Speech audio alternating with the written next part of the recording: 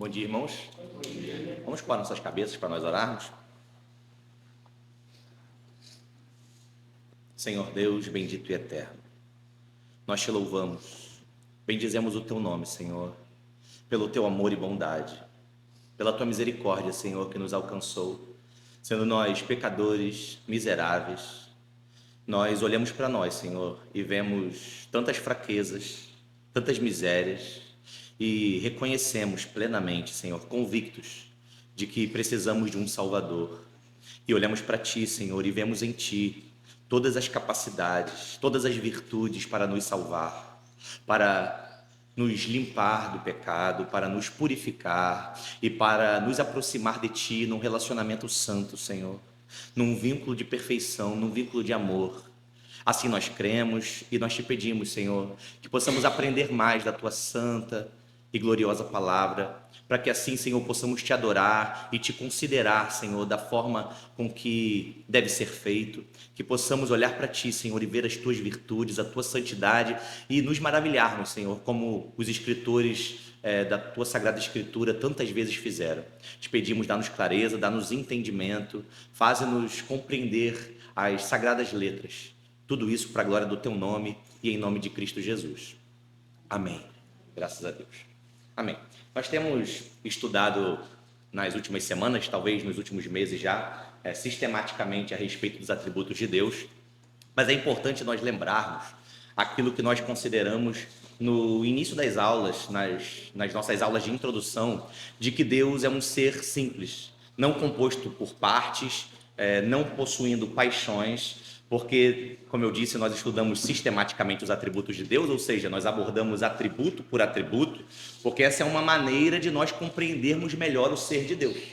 É mais fácil para nós entendermos e estudarmos parte por parte os atributos, é uma linguagem mais familiar a nós, porque nós somos seres que somos formados por partes, porém nós temos sempre que recordar que o nosso Deus é um Deus simples, é um ser simples, sem partes ou paixões. E quando nós dizemos que ele é simples, nós não estamos dizendo em absoluto que ele é fácil de entender ou de compreender. Pelo contrário, nesse sentido, Deus é muito difícil de ser compreendido, principalmente pela nossa mente humana. Tem alguns escritores, inclusive, não é o nosso assunto, nós não vamos falar disso, são assuntos até difíceis de entender para o leitor médio, leitor cotidiano, mas que dizem que é muito possível, inclusive, John Piper fala isso, que Deus possua certos atributos que ele nem revelou a nós. É possível que ele tenha certas qualidades e certas virtudes que, devido à nossa limitação de entendimento e também devido à sua própria vontade de não querer revelar a nós, é possível que Deus tenha características as quais ele não revelou a nós. Mas quando nós dizemos que Deus é um ser simples, nós estamos querendo dizer que ele é um ser que possui todas as virtudes e qualidades sem serem divididas essas qualidades ou esses atributos em partes. É um ser completo, sem paixões, nada que há fora de Deus o afeta. Nós hoje vamos continuar, nós terminamos os atributos da santidade e da justiça. Ficou alguma dúvida pelo caminho? Algum irmão tem algum questionamento das últimas aulas? Quer perguntar alguma coisa para que nós possamos continuar? Ficou alguma questão sem ser respondida por mim ou pelo Luan? Podemos prosseguir? Então vamos lá, hoje nós vamos falar a respeito do atributo do amor. Nós vamos falar sobre o amor de Deus.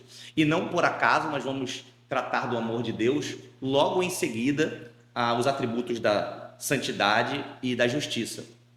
O próprio John Piper, que eu acabei de mencionar, ele diz que a maneira mais fácil de explicar o amor de Deus é explicar que Deus é um Deus santo, que Deus é um Deus justo e que Deus é um Deus de amor.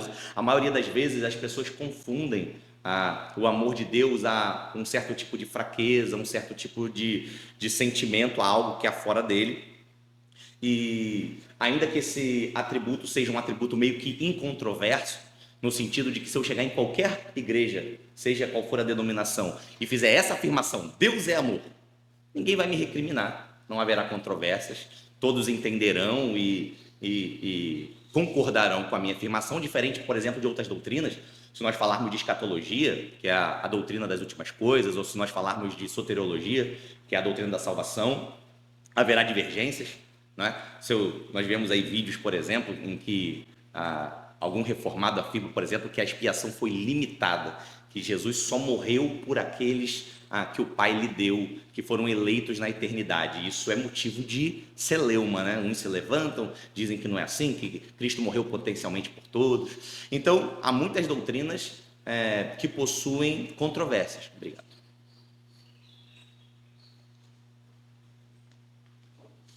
Porém, a afirmação de que Deus é amor é uma afirmação que ninguém ousaria questionar, até mesmo fora do ambiente religioso.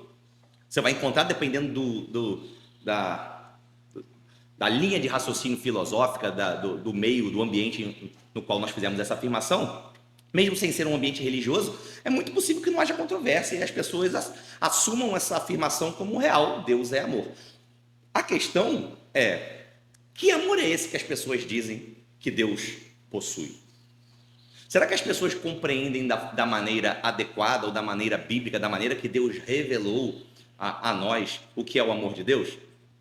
O que acontece muito é o exemplo que normalmente eu dou da receita de bolo, né? Imagina que você vai pegar uma receita de bolo de chocolate para fazer, e aí você vai encontrar lá, olha, tantas medidas de chá de farinha de trigo, tantas medidas de cacau, tantas medidas de fermento, tanto de leite, tantos ovos, e se você pegar todos esses ingredientes e obedecer à risca aquilo que a receita te manda fazer com eles, no final você vai encontrar de fato um bolo de chocolate.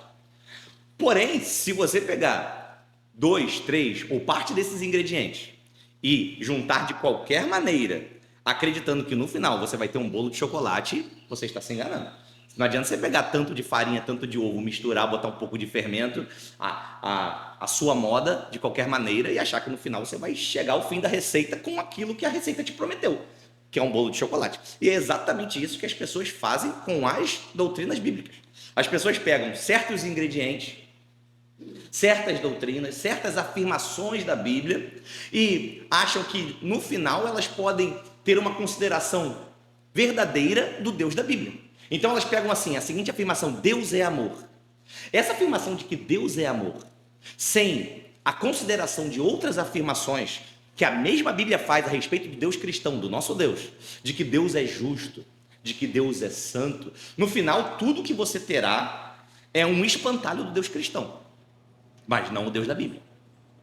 E as pessoas acham que podem chegar no final da receita apenas com alguns ingredientes e vão chegar na revelação final do que Deus preparou para nós. Então, nós vamos pegar essa afirmação hoje a respeito de que Deus é amor, do atributo do amor de Deus. E assim que nós começamos agora, nós vamos começar agora já definindo o que é o amor de Deus, o que Deus ama, o que significa dizer que Deus é amor. Eu não vou usar o texto de 1 João, que é o texto mais conhecido, né, que afirma essa afirmação de forma simples está feita, Deus é amor, porque daqui a algumas semanas ou meses o Túlio vai chegar nessa parte da epístola de João. Então, que essa aula dos atributos sirva como um aperitivo, como uma preparação para a mensagem que o Túlio vai trazer daqui a algumas semanas em 1 João. De qualquer maneira, eu quero que você abra sua Bíblia comigo no livro de Deuteronômio, no capítulo 6.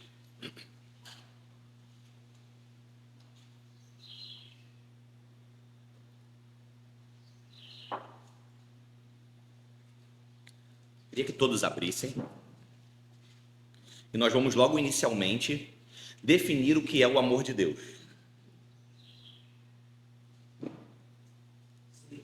6. Ainda que, vou deixar claro aqui, veja, é um assunto muito abrangente, você pode imaginar, nós vamos falar do amor de Deus. Então, assim, não seria possível em muitas aulas esgotar esse assunto. E nós podemos abordá-lo de diversas maneiras. Então, a primeira definição que eu quero fazer é dessa afirmação simples, de que Deus é amor. Quero definir que amor é esse, o que Deus ama primordialmente, primariamente.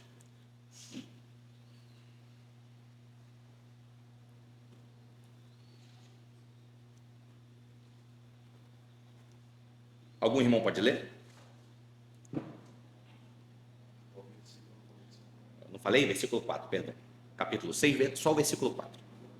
Ouve, Israel, o Senhor nosso Amém. Vamos revisitar então certo aspecto de uma doutrina que é muito cara para nós, tá? Que é a doutrina da Trindade. Nós vamos partir do pressuposto de que todos os irmãos compreendem e sabem defender a divindade de Cristo e a divindade do Espírito Santo. Se no decorrer da aula isso não for verdade, os irmãos tiverem dúvidas a esse respeito que nós não vamos abordar, nós podemos abrir um parênteses, não tem problema nenhum. Nós estamos aqui realmente para meditar na palavra de Deus. Porém, eu vou assumir esse pressuposto que os irmãos sabem defender e sabem responder a esse questionamento a respeito da divindade de Cristo e do Espírito Santo.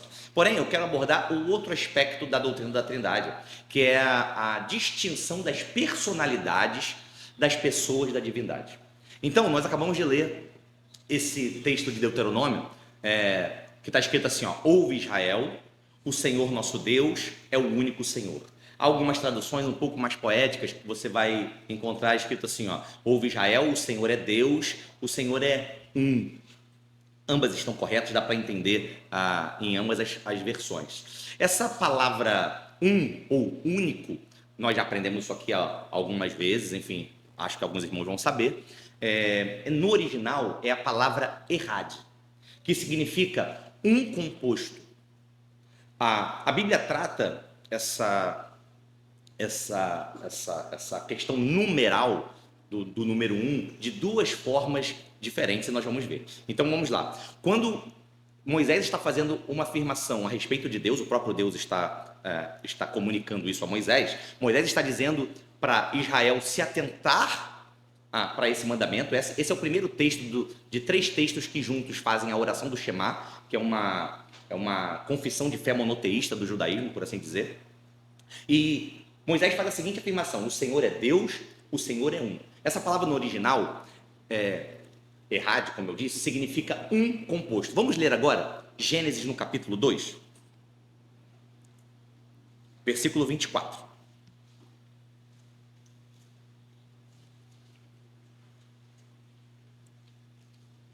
Alguém pode ler? Portanto, deixará o homem o seu pai e a sua mãe, e ligar-se-á a sua mulher.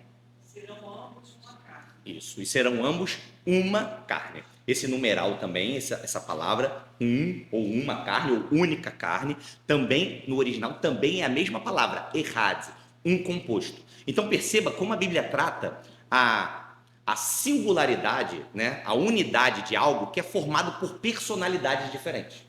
Então a divindade, que é formada por 3 pessoas de personalidades distintas, o Pai, o Filho e o Espírito Santo, ela é um errad, é um composto. Da mesma maneira que o matrimônio.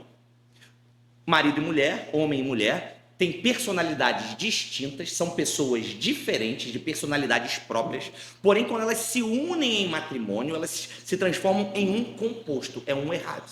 Vamos agora ver Gênesis no capítulo 22, no versículo 2. 22, versículo 2.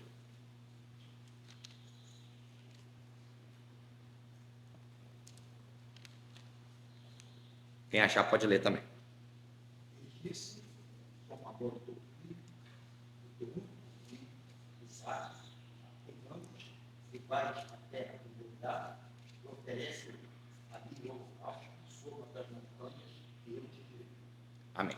Alguém lembra que palavra é essa no original, quando Deus pede ao filho Abraão, leva seu filho, seu único filho? Alguém lembra? Esse único, no original, qual é a palavra? Qual? Não ouvi, pode falar. Yahid. Isso, Yahid. Essa palavra significa um absoluto ou indivisível. Então perceba, quando o escritor quer tratar de algo que é composto por diversas personalidades, ele usa a palavra errad, a divindade, o matrimônio. Mas quando ele quer abordar algo que é um indivisível, que é um absoluto, assim como o filho de Abraão, Isaac, ele usa a palavra Yahid, ele não usa errad. Então, Isaac, que possui uma única personalidade, ele é um indivisível, um absoluto. Então, entrega o teu único filho, Yahid. Por que eu estou abordando essa doutrina para nós começarmos a falar do amor de Deus? Porque você vai perceber que, como eu falei no início, nós fazemos afirmações a respeito do ser de Deus, mas nós não podemos fazer essas afirmações como se Deus fosse dividido em partes. Como se Deus fosse um pouco de amor, um pouco de ira, um pouco de justiça, um pouco de santidade, e todas essas coisas juntas formam o nosso Deus. Então Deus é infinitamente amor, infinitamente irado. Então Deus, nesse momento, e para sempre, e eternamente, Ele está infinitamente irado. Infinitamente. Nós vamos ver quando nós tratarmos da ira, por quê e pelo quê e sobre o que Deus está irado. Mas nesse momento, e para sempre, e eternamente, na eternidade passada e na eternidade vindoura, Deus é eternamente amor e eternamente justo. Então, nós vamos perceber agora a afirmação de que Deus é amor, juntamente com a afirmação de que Deus é um ser eterno. Se eu posso afirmar que Deus é eterno e posso afirmar também que Deus é amor, se eu posso fazer essas duas afirmações, até aqui os irmãos concordam comigo? Deus é eterno e Deus é amor. O que Deus amava ou o que Deus ama antes da criação? O que havia antes da criação? Oi? Ele próprio. Então vamos lá. Antes de existir qualquer coisa, antes da criação, antes do tempo, antes do espaço, antes de qualquer matéria, antes de nós, antes de qualquer coisa, Deus é. Deus vive no eterno hoje ou no eterno agora, usando as palavras de Agostinho. Então Deus que vive na eternidade, que vive no hoje, sempre, Deus é amor na eternidade, quando não havia nada. Então, se Deus é amor na eternidade, antes de qualquer coisa, eu posso afirmar que o objeto do amor de Deus não é nada que esteja fora dele. Sim ou não? Consegue entender? Então, se Deus estava na eternidade antes da criação, e eu posso afirmar que Ele é infinitamente amor, o que Deus ama primordialmente não é nada que está fora dele. Então, o que Deus ama? Deus ama, em primeiro lugar, a si mesmo. Deus ama, em primeiro lugar, a sua própria glória. Deus ama, em primeiro lugar, o seu próprio nome. Nós vamos ver, por isso que nós estamos abordando a Trindade, nós vamos ver isso. Mas antes, eu queria, se os irmãos tiverem o celular e puderem abrir comigo, na Confissão de Fé de Westminster. Quem tiver, quem não tiver, não tem problema, acompanha ouvindo.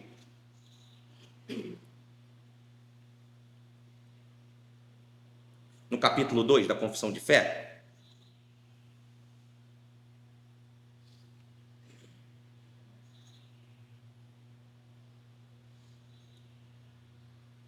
no artigo, no capítulo 2, eu não sei se isso é um inciso, se é um, enfim, no inciso número 3, diz assim, ó: na unidade da divindade, presta atenção, há três pessoas, de uma mesma substância, poder e eternidade. Deus o Pai, Deus o Filho e Deus o Espírito Santo. O Pai não é de ninguém, não é nem gerado, nem procedente. O Filho é eternamente gerado do Pai. O Espírito Santo é eternamente procedente do Pai e do Filho. Então eu posso ver claramente aqui que a Confissão de Fé está falando a respeito da cronologia no qual o Pai, o Filho e o Espírito Santo foram criados, sim ou não? Obrigado. Não. Tá tão atentos.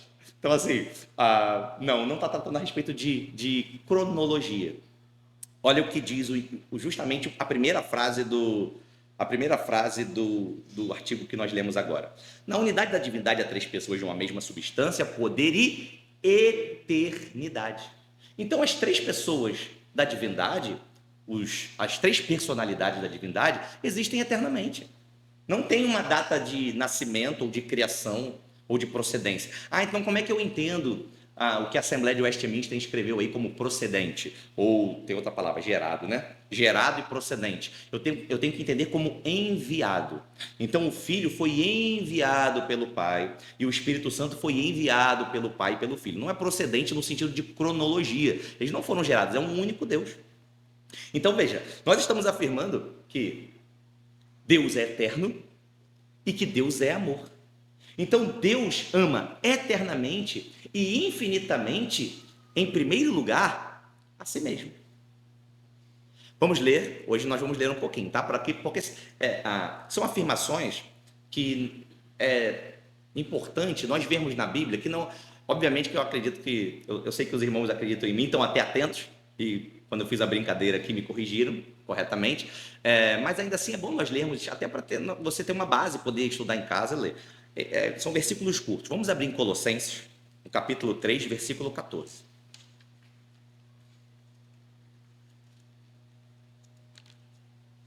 Quem achar também pode ler.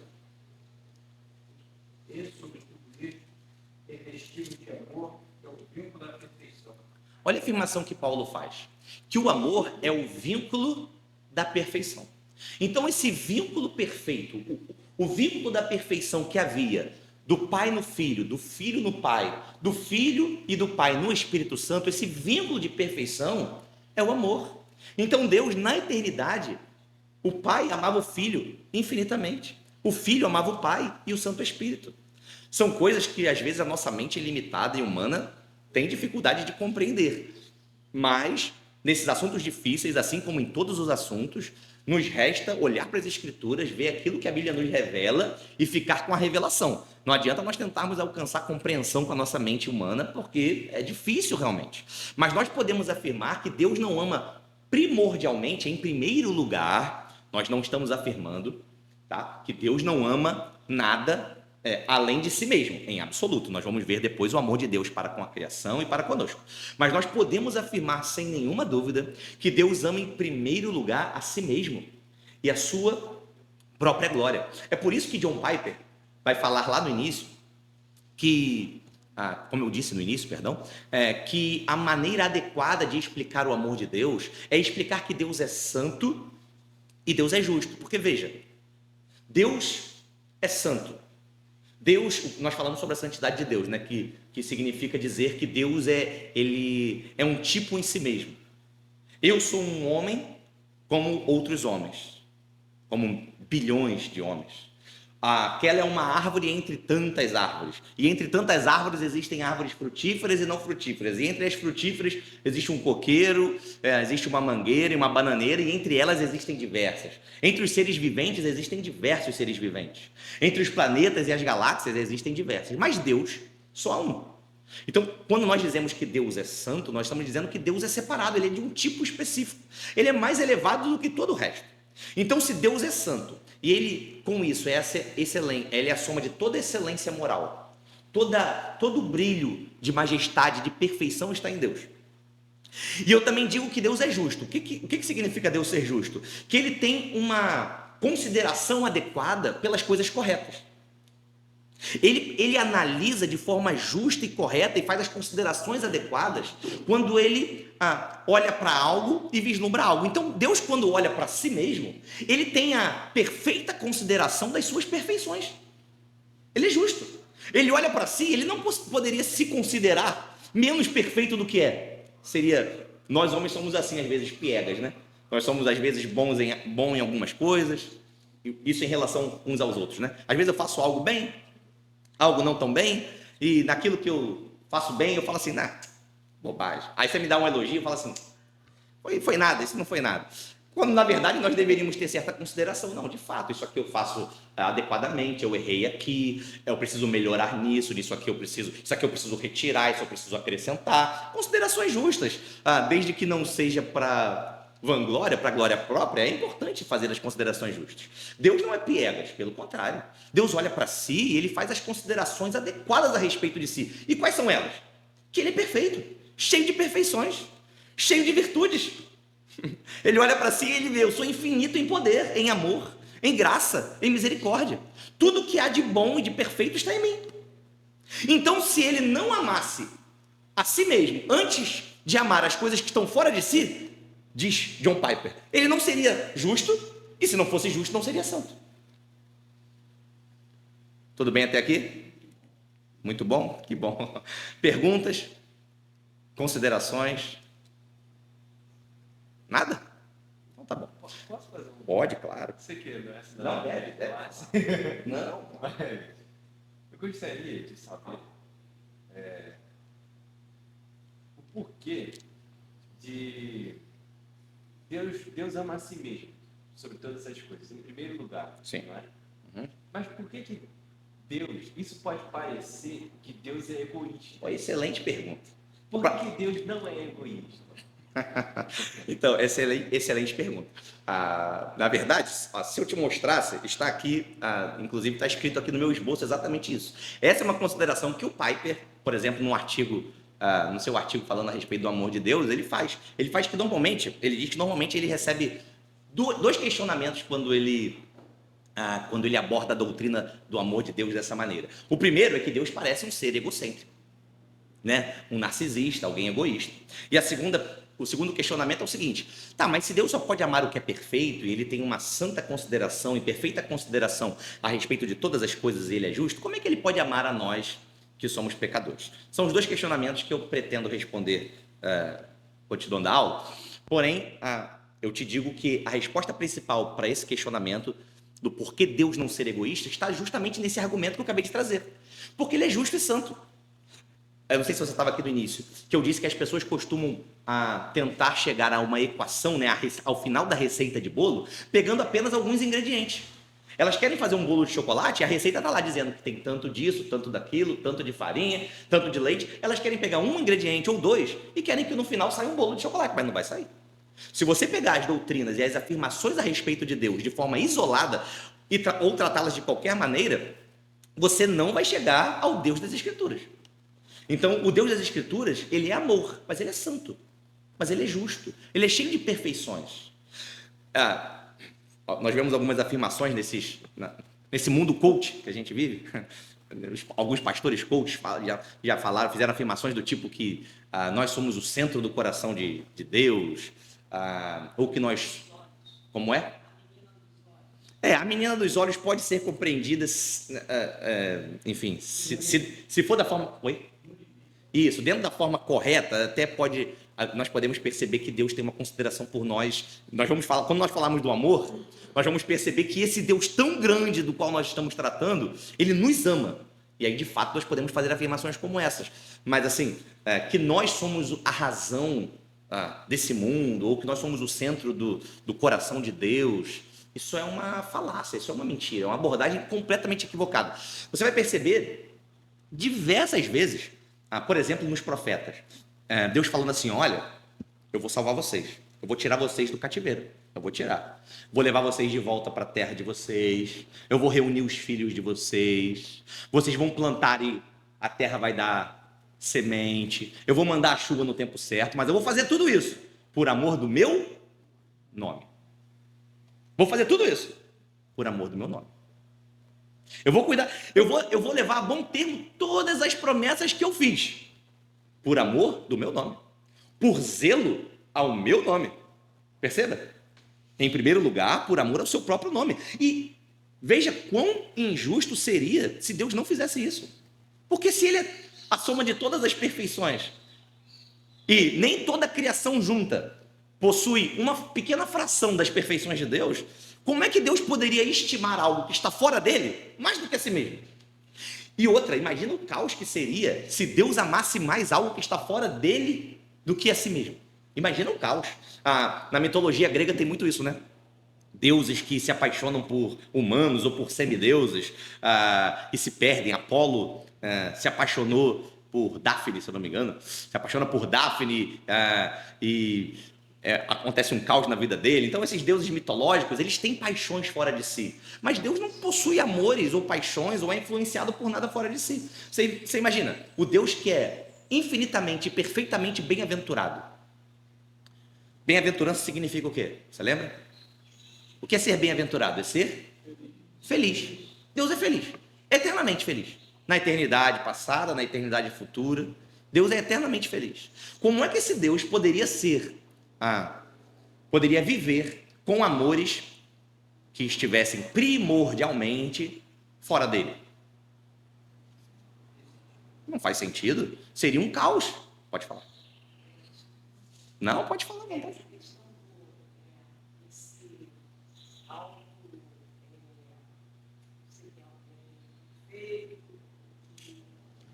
A gente vê também no Efésios 2, quando ela fala dele: eu sou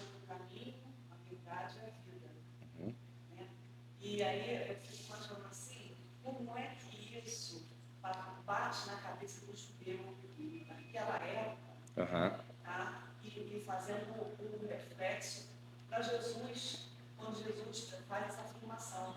Aham. Porque se o judeu, naquela época, tivesse essa compreensão, essa perfeição de Deus, Aham. ele ama a si mesmo em primeiro lugar, né? Que está refletido lá em Jesus no Novo Testamento. E aí, então, eu fico imaginando assim, como que seria a compreensão do judeu, né? O que dessa rejeição tão acirrada quanto ao Messias? Eu vou. Pode falar, Thiago. Eu acho que, acredito que uma parte a gente deve considerar para essa questão, a pergunta do nome, é definir bem o que é o ego. O que é o ego significa. E quando a gente define isso bem, acho que essa pergunta. Pode falar. Quanto a isso, eu estava meditando enquanto o Henrique falava, de que uma das razões pelas quais o amor de Deus não é um amor egoísta se sustenta na doutrina da Trindade, que você apresentou. Porque o egoísmo, o amor egoísta, é aquele que ama... Uma mesma personalidade, né? Exatamente. E Deus é trino. Então, as pessoas de Deus se amam mutuamente. Então, não é um amor egoísta. Duas considerações. Primeiro, que reação isso deve causar em nós, não é? Que reação? Pensar que o Deus Trino se amava na eternidade a si mesmo, perfeitamente, eternamente. Isso não pode gerar em nós, senão uma humildade, um temor, assim, segurança, sem dúvida, quando nós tratarmos do amor relativamente a nós, mas com relação ao que você disse, Rosana, é porque essa compreensão, veja, ela é completamente impossível para o homem natural. Se eu apresento para o homem natural, aquele que não foi regenerado, um Deus que ama em primeiro lugar a si mesmo e que se ama na eternidade, tudo que ele vai fazer é rejeitar. E ele vai fazer as acusações que John Piper tenta argumentar contra. Ele vai dizer, esse Deus me parece um Deus egoísta, egocêntrico, narcisista, eu não quero esse Deus para mim, eu não recebo, eu não aceito, porque é o homem natural. Então ele olha para esse amor mútuo nas pessoas da Trindade e ele quer um pouquinho para ele. Porque nós humanos, nós nos amamos muito, não é verdade? Costumo dizer, nós nos amamos muito. Você fala, eu não me amo tanto assim, não. Você acorda, a primeira coisa que você pensa, se você é daqueles que faz um bom café da manhã de manhã, a primeira coisa que você pensa é que está com fome, o que você vai comer? Opa, você está pensando em si. Quando você levanta, você vai reparar se os seus dentes precisam ser escovados logo ao amanhecer, se dá para conversar pelo menos 5 minutos com a sua esposa. Ou se você precisa ir, você está preocupado com a sua própria aparência. E antes de sair de casa, você não vai sair sem se arrumar. Ninguém veio aqui maltrapilho, estou olhando para todo mundo. Porque você se ama. Nós nos amamos o tempo inteiro. Involuntariamente. Nós nos amamos, cuidamos de nós o tempo todo. Fala sobre morte com alguém, fala sobre a morte. Ninguém quer morrer, ninguém pensa em morrer, ainda que saibamos que temos na glória algo prometido para nós que é incomparável com os sofrimentos dessa terra. Então nós nos amamos muito. Então, para o homem natural, quando ele ouve a respeito do amor de Deus na Trindade, desse vínculo da perfeição, ele vai rejeitar esse Deus. Ele vai dizer, mas por que ele não me ama? Não é verdade? C.S. Lewis, num livro chamado, se eu não me engano, Os Quatro Amores. Os Quatro Amores, de C.S. Lewis. Ele vai dizer o seguinte, olha, primeiro ele faz algumas considerações a respeito do amor, né? Ele diz que existem 4 formas de manifestação de amor, segundo ele. Ele fala da afeição, do amor eros, da caridade, não lembro o outro. A afeição, do amor eros, né, que é a paixão, da caridade. Oi? Não. Eu não lembro o quarto, mas enfim. Ele fala da possibilidade de 4 amores. E o que ele vai dizer é o seguinte, olha, Deus é amor, mas o amor não é Deus. E ele dizia o seguinte, vai chegar o tempo em que o amor vai ser Deus. E quando o amor se transformar em Deus, esse Deus vai ser um demônio. É o que ele afirmava. A única coisa que eu discordo dele é que ele diz assim, ó, vai chegar o tempo em que o amor vai se tornar Deus. Para mim, o ser humano sempre fez dos seus amores os seus ídolos, o seu Deus. Ainda que eu entenda o que ele estava querendo dizer, ele escreveu num período de guerra e tudo mais, enfim. Ele dizia que o amor ia se transformar em Deus, ou seja, que essa caricatura ou esse espantalho do Deus cristão, ou esse espantalho do que é o amor, ia fazer com que as pessoas amassem o amor e os seus amores. E não ao Deus de amor, e não a definição do que é amor propriamente. E aí, quando o amor se torna um Deus, ele é um demônio. Ou seja, o amor, sem todas as demais considerações, eu fazia a afirmação, ó, Deus é amor. Sem com essa afirmação eu considerar todas as outras afirmações a respeito de Deus, de que Deus é justo, de que Ele é santo, de que Ele é misericordioso. Se eu fizer uma afirmação isolada de que Deus é amor, esse amor se torna um demônio. Podemos continuar? Mais alguma pergunta? Vamos lá. Vamos ler um texto no Evangelho de João, capítulo 17.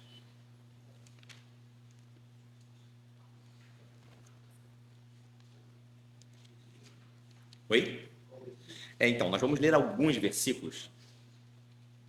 Apenas para esses versículos aqui são considerações a respeito do que nós falamos até agora, apenas para você ver que está nas Escrituras.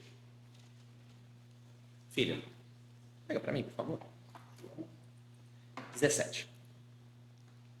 Na oração sacerdotal. Obrigado. Na oração sacerdotal. Para não ficar grande, vamos começar do final, lá para baixo, no versículo 24.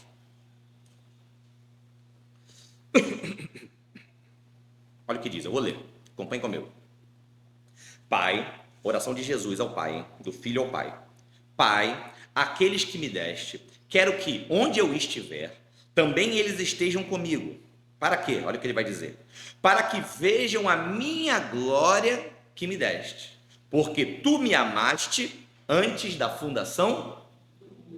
Então perceba a afirmação que nós fizemos antes, que o Pai amava o Filho na eternidade. Então Jesus, na sua oração, está dizendo, Pai, tu me amaste antes da fundação do mundo. E perceba como Cristo está interessado na sua própria glória. Percebe como ele está interessado na sua própria glória? Olha o que ele diz. Nós lemos, para que vejam a minha glória que me deste. Então,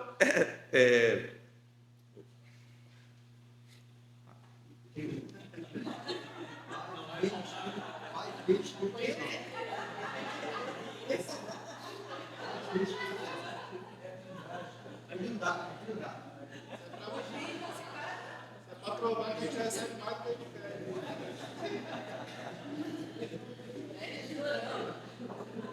Estou ficando velho. Então percebam como Cristo está interessado na sua própria glória. Ele diz, Pai, eu te peço que eles estejam comigo aonde eu estiver. Para quê? Para que eles vejam a tua glória que me deste, a glória que tu me deste, que o Senhor me deu. Versículo 25, Pai justo, o mundo não te conheceu, mas eu te conheci. E estes conheceram que tu me enviaste a mim. E eu lhes fiz conhecer o teu nome. E lhe farei conhecer mais, para que o amor com que me tens amado esteja neles, e eu neles esteja. Então perceba que nós não vamos entrar agora, porque acho que hoje não vai dar tempo, é melhor nós encerrarmos daqui a pouco dentro do assunto de hoje. Na próxima aula nós falamos a respeito do amor de Deus para conosco. Mas aqui é só um aperitivo, olha o que ele está dizendo. Para que com o amor que me tens amado, o amor com que me tens amado esteja nele. Então veja, esse amor não é egoísta. Porque esse mesmo amor que havia no vínculo da perfeição entre as três pessoas da Trindade, o Filho intercedeu ao Pai para que esse amor fosse comunicado a nós. Essa grandiosidade de amor, esse vínculo de perfeição que havia na eternidade entre o Pai, o Filho e o Espírito Santo, será comunicado a nós através da intercessão de Cristo. E nós podemos afirmar que Cristo está fazendo essa mesma oração e essa mesma intercessão agora, por nós, nesse mesmo momento, e eternamente. Cristo está intercedendo, e é da vontade do Pai conceder o que o Filho pediu. É da vontade do Pai que Ele conceda esse amor a nós. Esse amor infinito, grandioso, perfeito, nesse vínculo da perfeição da eternidade, será comunicado, está sendo e é, e já foi, já é e será comunicado a nós, esse vínculo da perfeição. Vamos subir agora para o início do capítulo. O capítulo é grande, deixa eu ver, eu acho que uns 4 ou 5 versículos é o suficiente.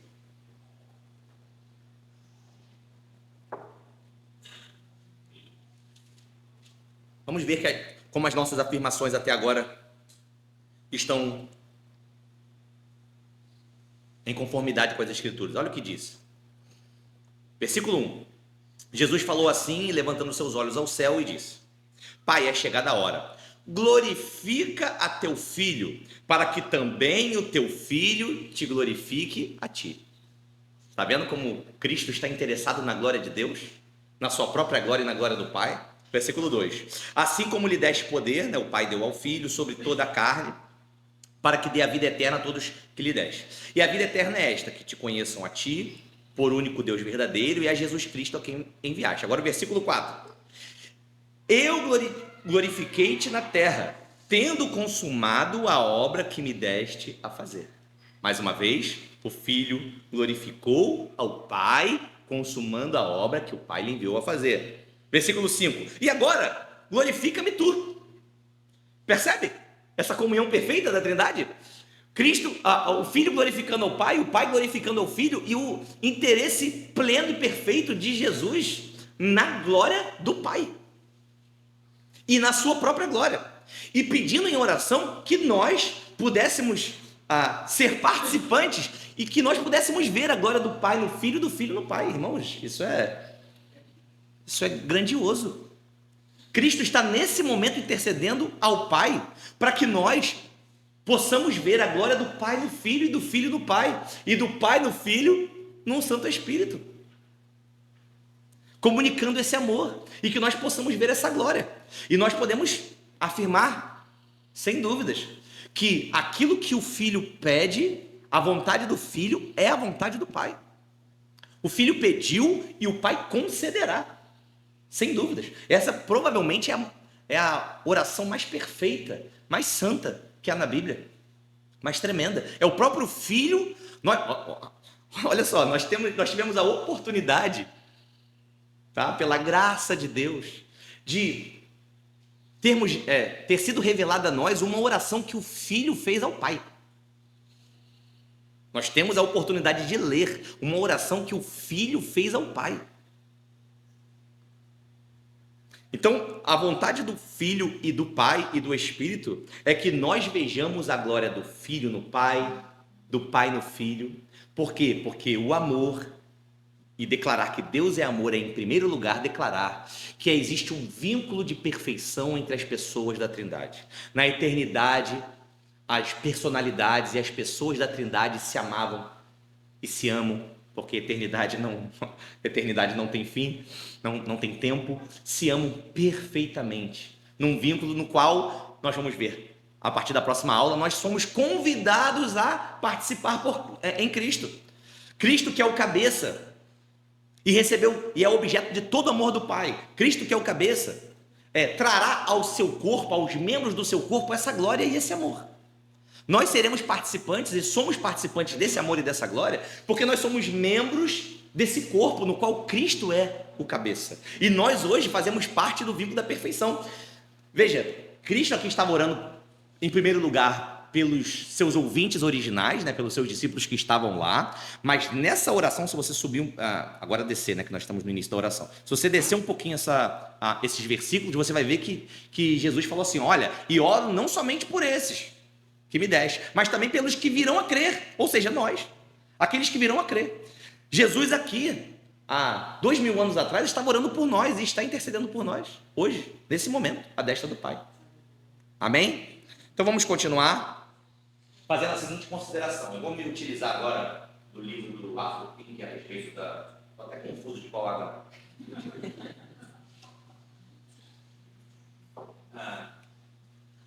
Eu vou começar aqui, faltam 13 minutos, vamos tentar em 10 minutos, ver algumas considerações a respeito das características do amor de Deus. Pink vai dizer o seguinte, a respeito do caráter e da bem-aventurança desse amor. Ele vai dizer, em primeiro lugar, que o amor de Deus não é influenciado.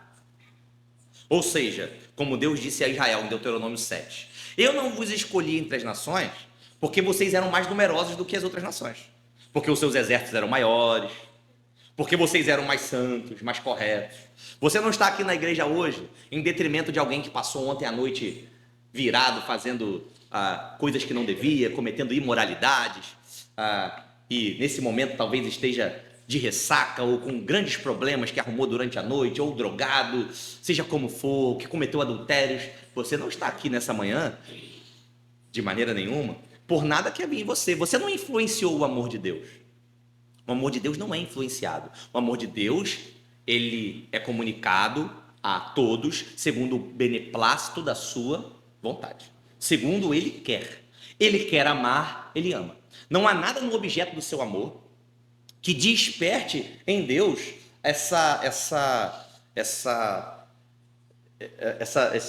eu ia falar desejo, não, eu queria falar desejo, mas Deus não é desejo, né? Esse impulso de amar, esse querer. Não tem nada que desperte em Deus esse querer amar. Não é influenciado. Pink vai continuar dizendo que ele é eterno, como nós já vimos. Tem uma afirmação em Jeremias que diz, né? Com amor eterno eu te amei, por isso com benignidade eu te atraí, com cordas de amor eu te atraí, te chamei pelo nome, tu és meu. Então, o amor de Deus é eterno. E isso, de fato, também é consolador para nós.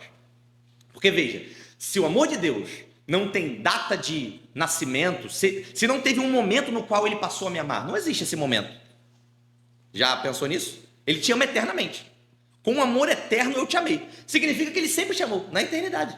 Sempre. Eternamente.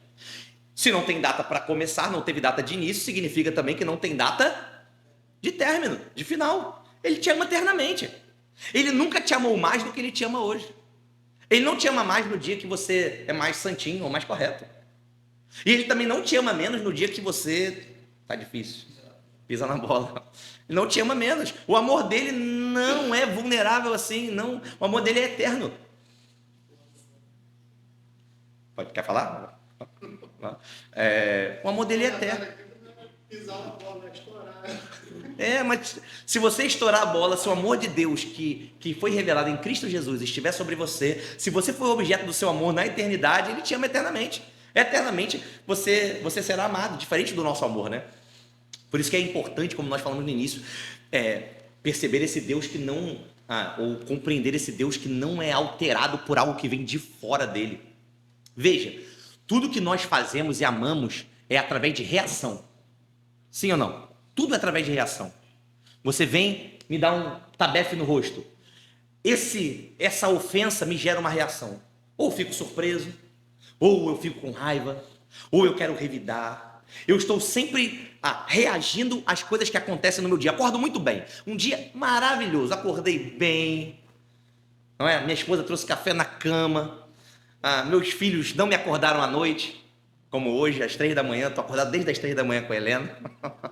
Meus filhos não ficaram com terror noturno e não me chamaram à noite. Aquele dia você acordou bem. Está tudo bem.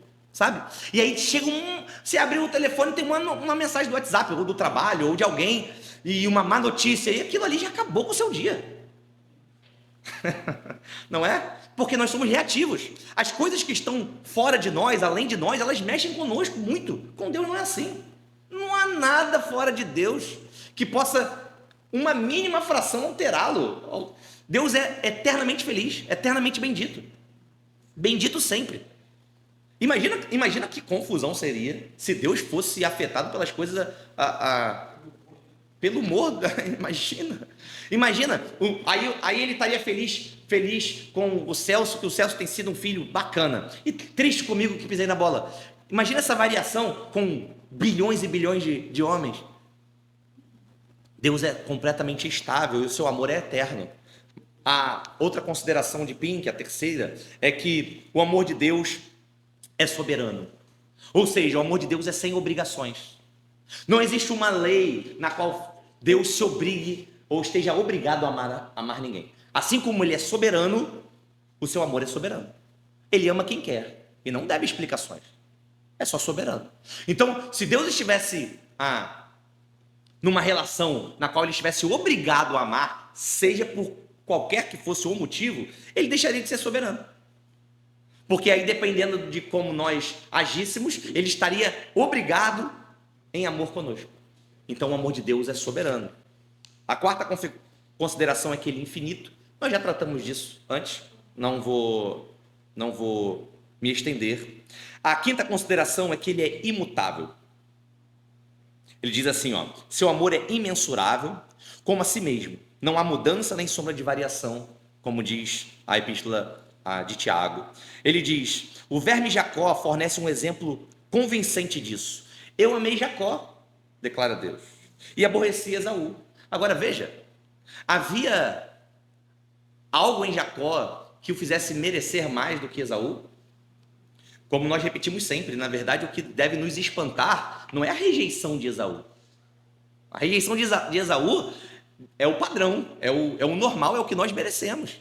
O que deve nos espantar é o amor a Jacó. E ele ama Jacó de forma imutável. E nunca deixa de amá-lo, como diz Pink.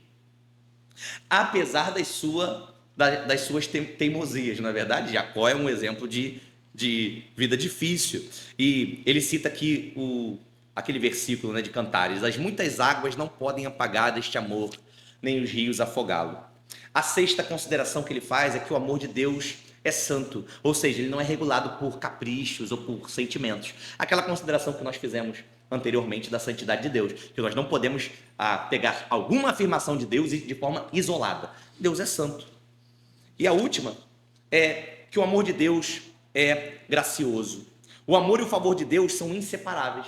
Ou seja, Deus ama. Por Deus amar, isso vai gerar, isso é fato gerador de bênçãos na vida do amado. Deus não ama e deixa a própria sorte. Quando ele diz que amou Jacó, significa o quê? Que ele escolheu Jacó antes da fundação do mundo, para ser descendência de Abraão, para se transformar em Israel, para ser objeto do seu amor e ser abençoado e ser pai de muitas nações. Então, não é assim, eu te amo e nada mais. É, eu te amo e por isso eu derramo a minha graça sobre você, eu te concedo benefícios, eu cuido de você porque eu te amo. A graça e o amor de Deus devem ser compreendidos de forma juntas. Essas são as considerações que ele faz a respeito do amor de Deus. Nós vamos encerrar aqui, podemos conversar ainda se tiverem perguntas, mas nós continuamos nas próximas aulas a respeito desse amor que em Cristo é comunicado a nós. Alguém quer falar? Alguma pergunta? Pode falar. O Henrique até estava raciocinando aqui, a questão de Deus não ser influenciado externamente, o amor dele, até porque Deus não tem um efeito surpresa, Muitas vezes quando a gente se decepciona com alguém, a gente foi surpreendido por aquilo. Perfeito. A pessoa fez alguma coisa que a gente não esperava, a gente se decepciona e fica chateado. Perfeito. Com Deus não existe efeito surpresa, Deus não só sabe o que aconteceu, o que vai acontecer para ele. Perfeito. Eterno hoje, como ele também governa e então não tem efeito surpresa para... Você vê como o que a gente falou no início da aula é importante. Você considerar uma afirmação a respeito de Deus junto com todas as demais afirmações, porque senão você cria um espantalho do Deus cristão.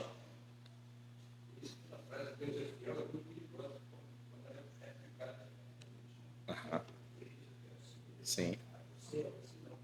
Sim, exato.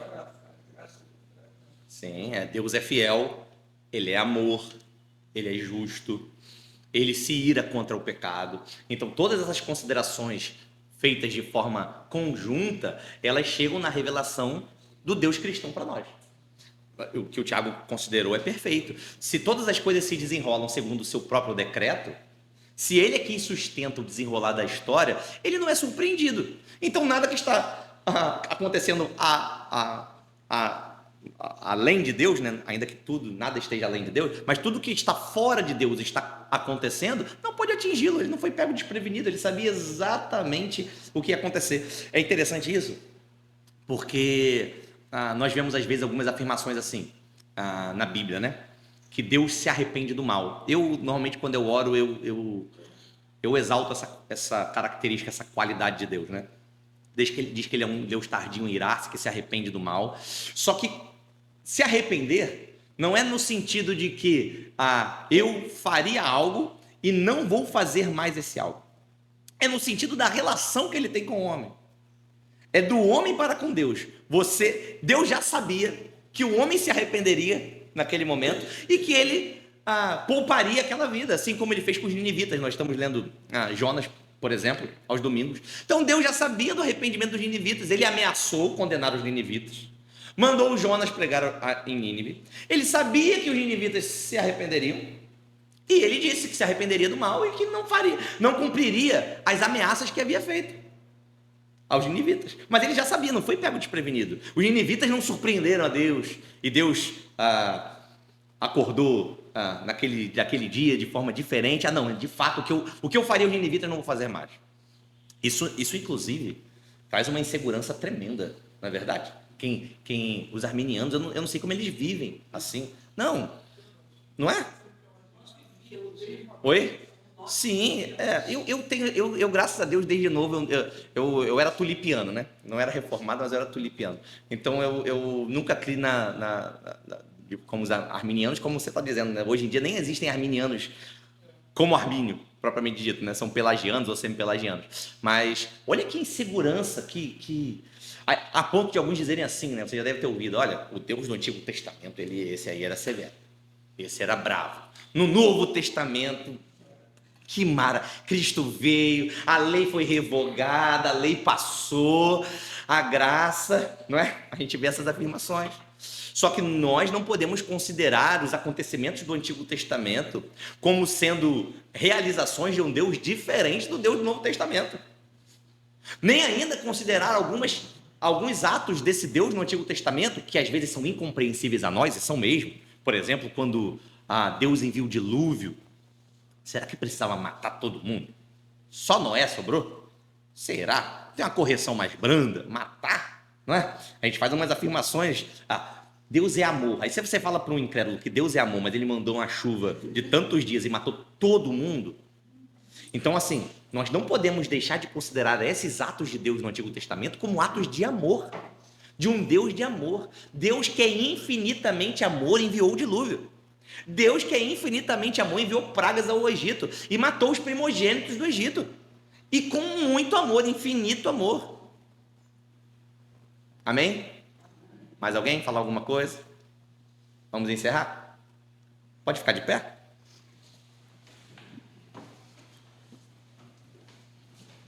Celso, você pode fazer essa oração?